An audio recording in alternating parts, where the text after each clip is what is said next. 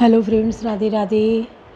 आज श्री रामचरितमानस पाठ में बहुत सुंदर प्रसंग है कि राम लक्ष्मण जी जनकपुरी पहुंच गए हैं।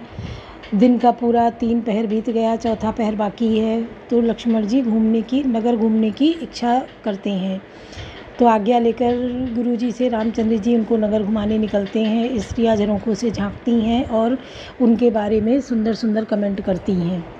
तो आप लोग अगर इन भागों को सुनते जाएंगे अर्थ के साथ में, तो आपको पूरी रामायण अर्थ के साथ सुनने को मिलेगी कि आपने लगा लिया और पूरी रामायण पाठ सुन रहे हैं। तेज़ बजाइए जो अपने घर में सभी को सुनाई पड़े, कानों तक आवाज़ जाए। क्योंकि हमारे सनातन धर्म में क्या है कि बड़े बूढ़े लोग तो जानते हैं कि राम कौन थे, सीता कौन थी, क्या था। घर के बच्चे इस बारे में नहीं जानते हैं। वो इंग्लिश की किताबों में ऐसे खो गए हैं, इंग्लिश मीडियम स्कूलों में, कि वो हमारे हिंदी मीडियम को, सनातन को समझ ही नहीं रहे हैं। तो आप लोग कोशिश करिए और सुनिए। सुखाज कठिन जग माही, जो नहीं होई तात तुम पाही। भय किशोर सुषमा सदन श्याम गौर सुखधाम। अंग अंग परवारी है, कोटि कोटि सतकाम। कौन सुकाज कठिन जग माही, जो नहीं होई तात तुम पाही। इनकी किशोर अवस्था है, ये सुंदरता के घर सांवले और गोरे रंग के तथा सुख के धाम है। इनके अंग अंग पर करोड़ों अरबों कामदेवों को निछावर कर देना चाहिए। काहू सखी यस को तरधारी, जो नया मोह या रूप निहारी। कोस प्रेम बोली मृदुवानी, जो मैं सुना सो सुनो सयानी। हे सखी, भला कहो तो ऐसा कौन शरीरधारी होगा जो इस रूप को देखकर मोहित न हो जाए। अर्थात यह रूप जड़ चेतन सबको मोहित करने वाला है। तब कोई दूसरी सखी प्रेम सहित कोमल वाणी से बोली, हे सयानी, मैंने जो सुना है उसे सुनो। ए दो दशरथ के ढोटा, बाल मरालिन के कलजोटा। मुनि कौशिक मख के रखवारे, जिन रन जिन निशाचर मारे। ये दोनों राजकुमार महाराज दशरथ के पुत्र हैं। बाल राजहंसों का सा सुंदर जोड़ा है। ये मुनि विश्वामित्र के यज्ञ की रक्षा करने वाले हैं। इन्होंने युद्ध के मैदान में राक्षसों को मारा है। श्याम गात कलकंज विलोचन, जो मारीच सुभुज मधुमोचन। कौशल्या सुत सो सुख खानी, नाम राम धनुषायक पानी। जिनका श्याम शरीर और सुंदर कमल ने जैसे नेत्र हैं, जो मारीच और सुबाहु के मद को चूर करने वाले और सुख की खान है, और जो हाथ में धनुष बाण लिए हुए हैं, वे कौशल्या जी के पुत्र हैं। इनका नाम राम है। गौर किशोर बेसु बर काछे, कर सर चाप राम के पाछे। लक्ष्मण नाम राम लघुभ्राता, सुनु सखिता सुसुमित्रा माता। जिनका रंग गोरा और किशोर अवस्था है, और जो सुंदर वेश बनाए हैं और हाथ में धनुष बाण लिए श्री राम जी के पीछे पीछे चल रहे हैं, वे इनके छोटे भाई हैं। उनका नाम लक्ष्मण है। हे सखी सुनो, उनकी माता सुमित्रा हैं। कवन सुकाज कठिन जग माही, जो नहीं होई तात तुम पाही। वे प्रकाज करी बंधु दो, मग मुनि बधु उधारी। आए देखन चाप मख, सुनि हर्षि सब नारी। कौन सुकाज कठिन जग माही, जो नहीं होई तात तुम पाही। दोनों भाई ब्राह्मण विश्वामित्र का काम करके और रास्ते में मुनि गौतम की स्त्री अहल्या का उद्धार करके यहाँ धनुष यज्ञ देखने आई हैं। यह सुनकर सब स्त्रियाँ प्रसन्न हुई।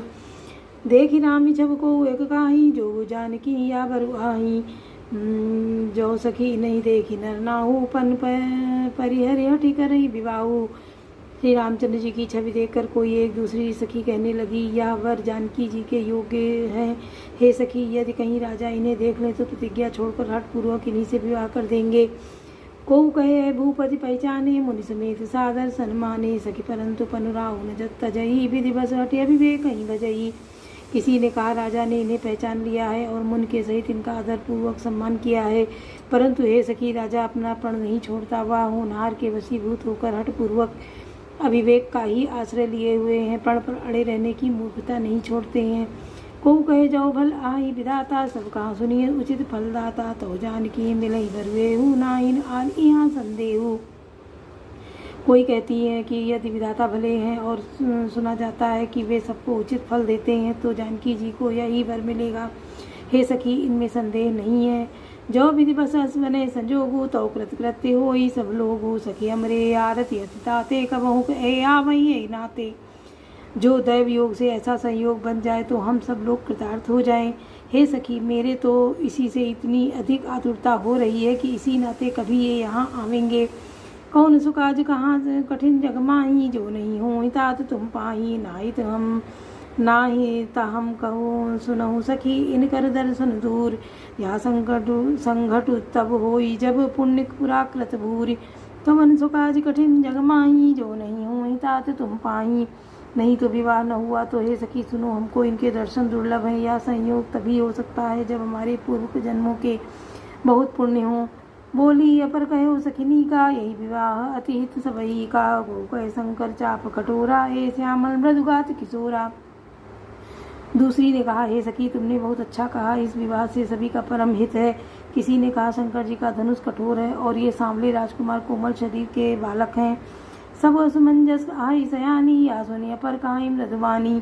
सखी इन कहा को वस काई, बड़े प्रभाव देखत लघु आई।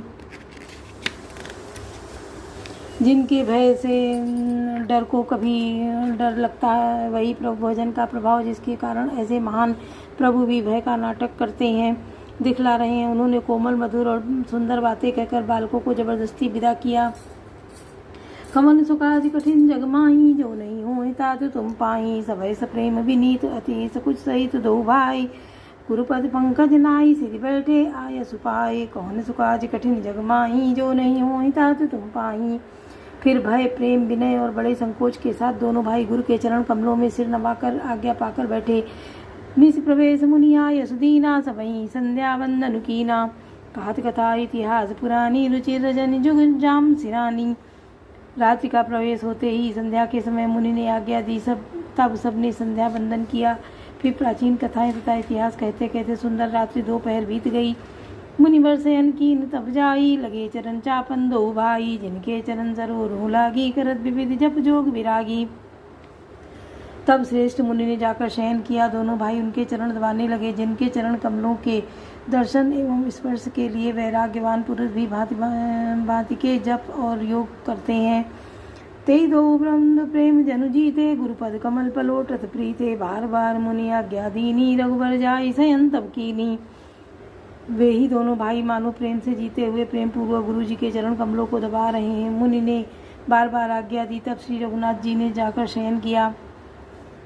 चापत चरण लखन उरलाए, सबय प्रेम परम सच पाए, पुनि पुनि प्रभु कैसो ताता, पौड़े धरि उरपद जल जाता। श्री राम जी के चरणों की हृदय से लगाकर भय और प्रेम सहित परम सुख का अनुभव करते हुए लक्ष्मण जी उनको दबा रहे हैं। प्रभु श्री रामचंद्र जी ने बार बार कहा, हे तात अब सो जाओ। तब वे उन चरण कमलों को हृदय में धरकर लेट गए।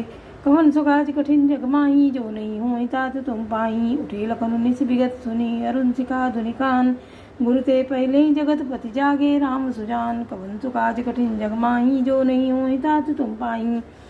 रात बीतने पर मुर्गे का शब्द कानों से सुनकर लक्ष्मण जी उठे। जगत के स्वामी सुजान श्री रामचंद्र जी भी गुरु से पहले ही जाग गए। सकल सोच कर जाई नहाए, नित्य निवाही मुनि सिर नाये, समय जानी गुरु आय सुपाई, लेन प्रसून चले दो भाई। तब सोच क्रिया करके वे जाकर नहाए। फिर संध्या अग्निहोत्रादि नित्य कर्म समाप्त करके उन्होंने मुनि को मस्तक नवाया। पूजा का समय जानकर गुरु की आज्ञा पाकर दोनों भाई फूल लेने चले। भूप बाग बर बह देखऊं जाई, जहाँ वसंत ऋतु रही लुभाई, लागे बिटप मनोहर नाना, बरन बरन बर बेल बिताना। उन्होंने जाकर राजा का सुंदर बाग देखा, और जहाँ वसंत ऋतु भूला कर भी लुभा कर रह गई है। मन को लुभाने वाले अनेक वृक्ष लगे हैं, रंग बिरंगी उत्तम लताओं के मंडप छाए हुए हैं।